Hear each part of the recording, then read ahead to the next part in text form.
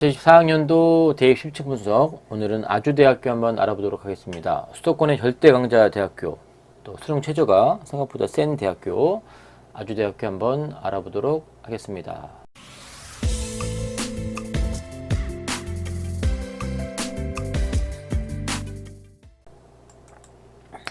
자, 2025학년도에 수시에서 아주대 주요 변경 사항을 한번 알아볼 텐데요. 일단 수능 최저 학력 기준에서 선택 과목의 제한이 폐지가 되었습니다. 무슨 말이냐? 수학, 확통, 그다음에 미적분, 기하 무엇을 보든 상관이 없고요. 탐구도 사탐을 보든 과탐을 보든 상관없다는 얘기입니다. 인문자열, 자연 동일하게 수능 응시할 수 있다. 교과 전형은 그동안 2합 5였죠. 국수영탐 중에서 두 개 영역 5였고요. 이건 변함이 없습니다. 종합전형의 수능 최저는 의대와 약대 두 개밖에 없었는데 의대는 동일하고요.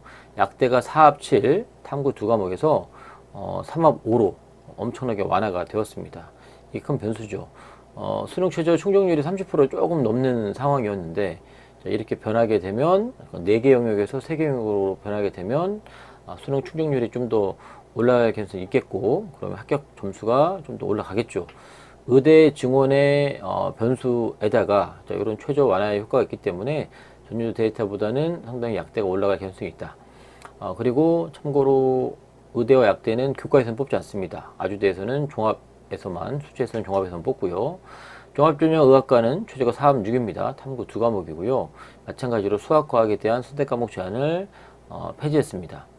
우리 의대 증원 핫 이슈였는데 원래 아주대에 배정된 인원은 40명이었는데 이게 120명까지 증원이 됐습니다. 서울에 있는 의대 정원은 증가시키지 않았고 수도권에 있는 대학부터 그다음에 지방인 대학들을 의대 정원을 증원했는데 그중에 가장 덕을 본 대학 중에 하나가 아주대학교입니다.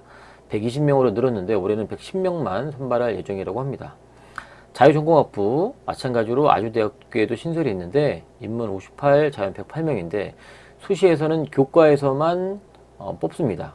아주대 사정관이 말하기를 우리는 종합전형으로 자유전공학부를 뽑을 준비가 아직 덜 됐다. 그래서 올해는 시행하지 않는다.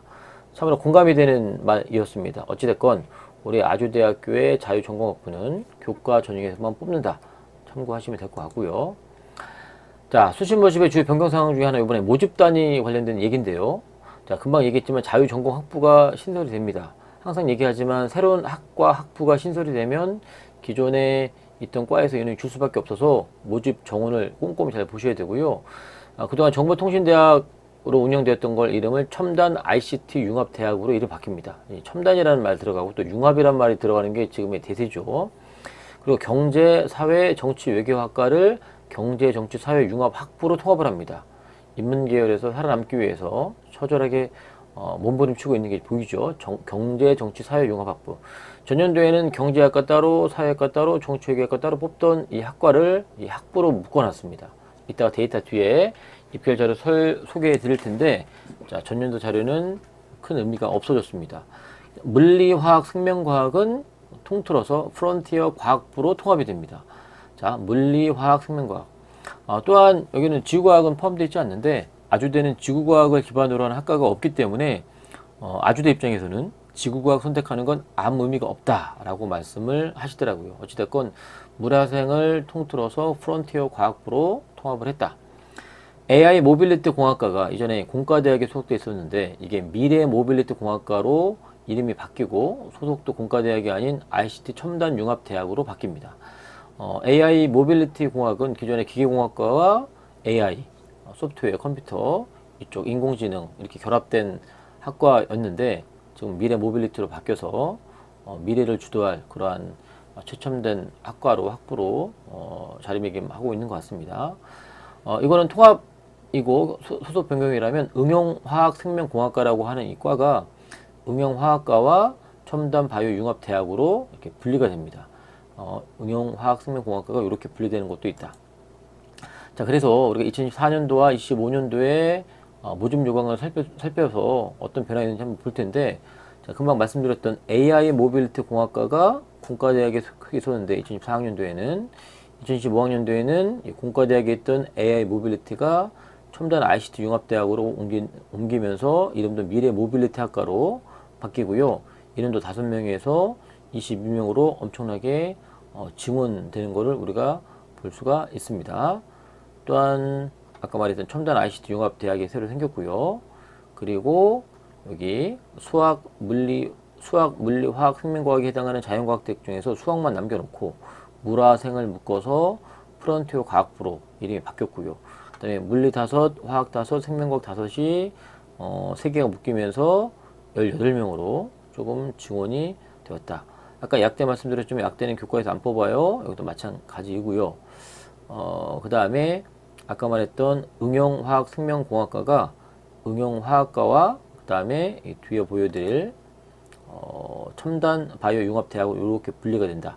참고하시고 또 그 다음에 전년도에 있던 요 학과들 경제학과, 사회학과, 정치외교학과가 이름이 경제정치사회융합학부로 바뀝니다.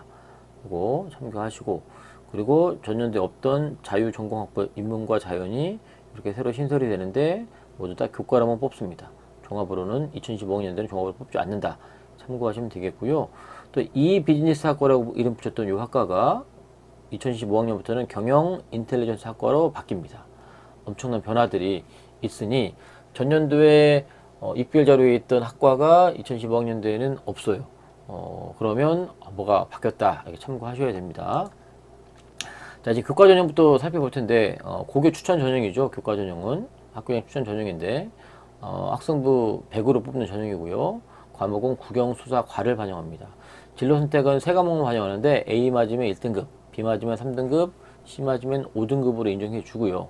수능 최저는 이하 봅니다. 다만 올해는 선택 과목 수학과 과학에 대한 수학과 탐구에 대한 제한이 없다라는 사실. 그래서 사탐론이 실제적으로 이루어질 개연성이 상당히 높은 상황이죠.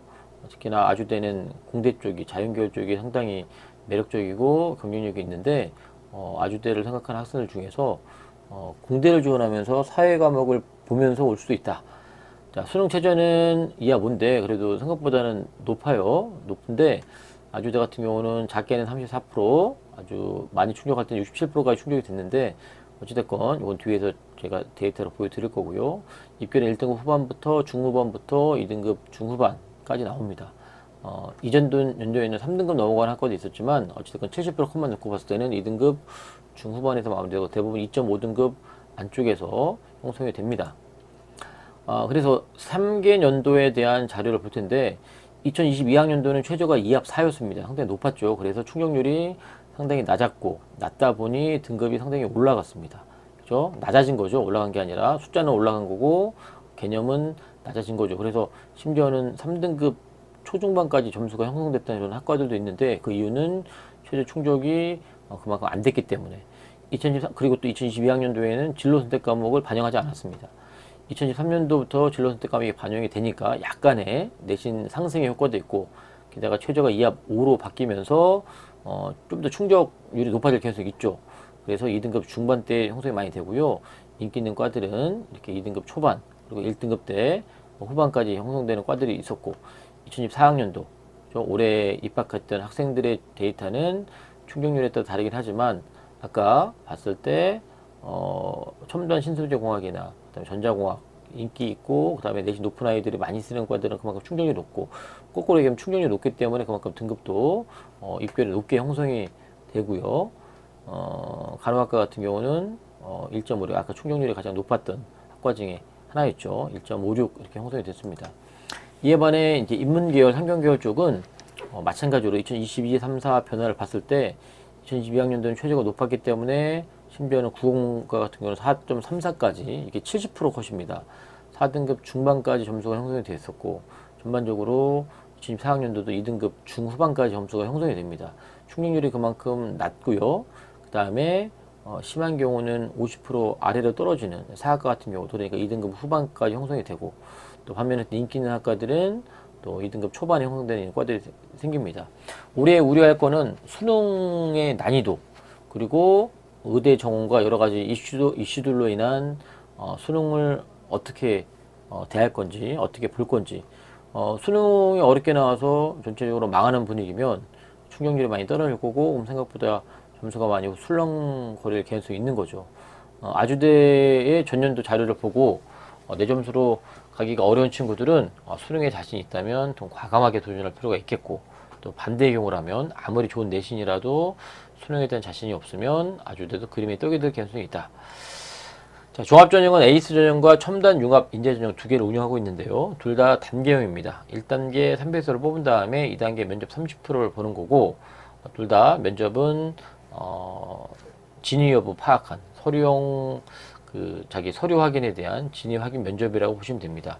수능 체제는 의학과와 약학과만 있는데 의학과는 4합 6이고요. 약학과는 3합 5입니다. 전년도에 4합 7에서 완화가 됐는데 약학과의 수능 체제 충족률은 30%가 살짝 넘었다고 하고, 그리고 얼마 전에 아주대에 가서 약학과 학생들에 대한 서류 모의 평가를 하고 왔는데 일단 종합전형이지만 최저가 워낙 세다 보니 최저 충족한 아이들 중에서 서류를 봤는데 제가 생각했던 수도권의 약학과의 서류 치고는 그렇게 상당히 무서울 정도로 서류가 강하다는 느낌을 못 받았습니다.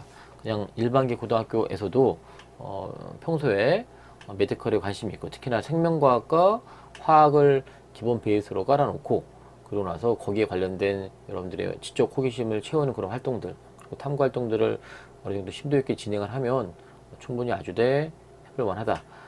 제가 봤던 서류에서는 1등급 중후반 점수와 그다음 2등급 초반의 서류를 봤는데 제 개인적인 생각은 저희 학교에서 진행하고 있는 여러 프로그램 내에 만들어졌던 이런 생기부와 비교해 봤을 때도 차라리 우리 학교가 상당히 더 경쟁이 있었다는 생각이 들 정도로 서류가 상당히 어마무시하게 약대는 다를 거다라고 했던 그 기대하고는 좀 거리가 먼, 어떻게 보면 좋은 거죠. 우리 일반계 고등학교 학생들도 충분히 접근할 수 있다. 다만 일단 최저를 통과하고 나서 여러분들이 그것도 좀 봐야 된다.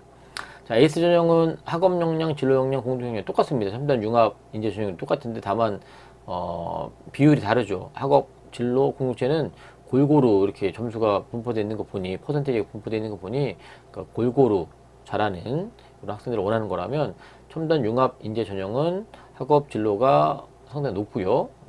반대로 공동체 역량은 좀 약간 비중이 작은 걸 보니 이 두 개가 더 세다 보시면 됩니다. 그러면 서류는 어떻게 하느냐? 학업 진로 공동 역량 에이스 전형이죠. 자, 이 내용은 다른 대학들과 큰 차이는 없어 보입니다. 특출나게 다른 개념 없는 것 같고요. 융합인재 전형은 이런 과들이 융합인재 전형에 뽑는 겁니다. 첨단 신소재 공학, 응용화학, 지능형 반도체, 미래 모빌리티, 소프트웨어, 금융공학, 첨단 바이오 융합대학을 첨단 융합인재 전형으로 뽑는데 우리가 184명을 뽑아요. 근데 여기도 똑같이 평가 항목은 똑같은데 비율이 좀 다르다. 내용도 똑같고요. 그리고 두 전형 공이 면접은 똑같습니다. 서류 신뢰도 80과 의사소통 20이니까 진위 여부 파악 면접을 보는 거고요. 그 다음에 얼만큼 의사소통을 명확하게 하느냐, 묻는 말에 의도와 취지에 맞게 답변하느냐를 보는 겁니다. 그래서 면접 자체는 여러분들이 이 종합전형 준비를 해온 친구라면 그렇게 어렵지 않을 거다. 그래서 학종 결과를 놓고 보면 이게 올해의 결과입니다. 올해 결과인데 여기에 모집 인원, 그리고 이게 추가 인원이고요. 그리고 이게 등록 인원입니다. 이 점수가 에이스 전형의 합격자의 70% 컷입니다. 등록자의 70% 컷이고 요 가운데 있는 숫자가 등록자의 평균 점수이고 요 점수가 등록자의 최저 점수, 요 끝에 있는 점수가 등록자의 최고 점수입니다. 종합전형은 이렇게 레인지가 되게 커요. 그러니까 여러분들이 요 숫자에 현혹되면 안 됩니다. 오늘도 용인시 박람회 가서 컨설팅을 하고 왔는데 학종에 대한 이해가 생각보다 많이 없는 학부모들을 많이 만났습니다. 숫자만, 그러니까 서류에 대한 강점을 가지고 종합을 쓰는 게 아니라 교과 전형으로 안 될 것 같으니 종합을 쓰겠다. 그리고 이 숫자를 보고 해볼만 하지 않냐 이런 식으로 접근하시는 분들 몇 분 계셨는데 제가 반대로 이 내신보다 훨씬 좋은, 그러니까 1등급 초반에 종합으로 떨어졌던 사례를 많이 보여드렸더니 많이 충격받으시고 많이 긴장을 하셨습니다. 어찌됐건 요 교과 전형이 2.5등급 안쪽으로 형성이 되고 그렇기 때문에 종합 전형도 2등급 중후반에서 3등급 초중 요 바운드리 내에서 서류에 대한 강점을 가지고 여러분 접근하셔야지 이렇게 6등급, 5등급짜리, 심지어 7등급 이런 학생들이 아주대를 종합으로 뚫는다. 일반적이지 않다. 보시고요. 그 다음에 여기까지 여기 하늘색까지가 이제 에이스고요. 마찬가지로 여기가 평균, 여기가 등록자의 최저 점수, 맨 끝이 등록자의 최고 점수이고요. 이게 70% 컷입니다. 그래서 요 범주 안에서 보는 게 맞지만 너무 요 점수에 5등급 이런 거에 현혹되지 않았으면 좋겠다. 그리고 요 그 다른 색깔, 요 분홍빛 색깔이 이게 바로 첨단 인재 전형의 데이터인데 마찬가지로 2, 3등급 때 주로 형성이 되는 걸 볼 수가 있습니다.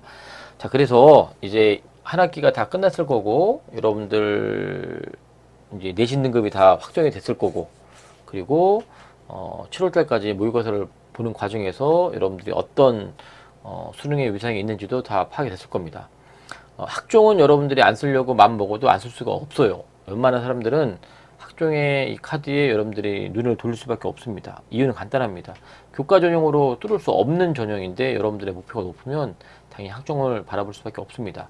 그래서 학종을 한 번이라도 쓸 것 같은 친구들은 1학기 생기부를 마지막까지 끝까지 마무리 잘 하시고 그리고 한 번 더 학종을 쓸만한 나의 서류가 되는지에 대한 확인을 잘 해주시기 바라고 그 다음에 아주대처럼 이렇게 수능 체제가 높은 이러한 교과 전형을 운영하고 있는 학교는 수능만 일단 맞춰놓고 기다리면 계획 올 수도 있다. 그런데 그게 무턱대고 4등급, 5등급 이렇게 어떤 기적을 바라는 것보다는 한 2.3등급, 4등급이 전년도에 컷이었다면 내가 혹시 2.7등급, 8등급이라서 약간 모자라면 이런 것도 일단 수능 시점 맞춰놓고 기다리면 기회가 올 수 있다. 이런 전략으로 남은 방학 동안 수능 공부 열심히 하는 여러분, 우리 수험생 고3들 다 됐으면 좋겠습니다. 다음에 더 알찬 영상으로 만나 뵙도록 하겠습니다.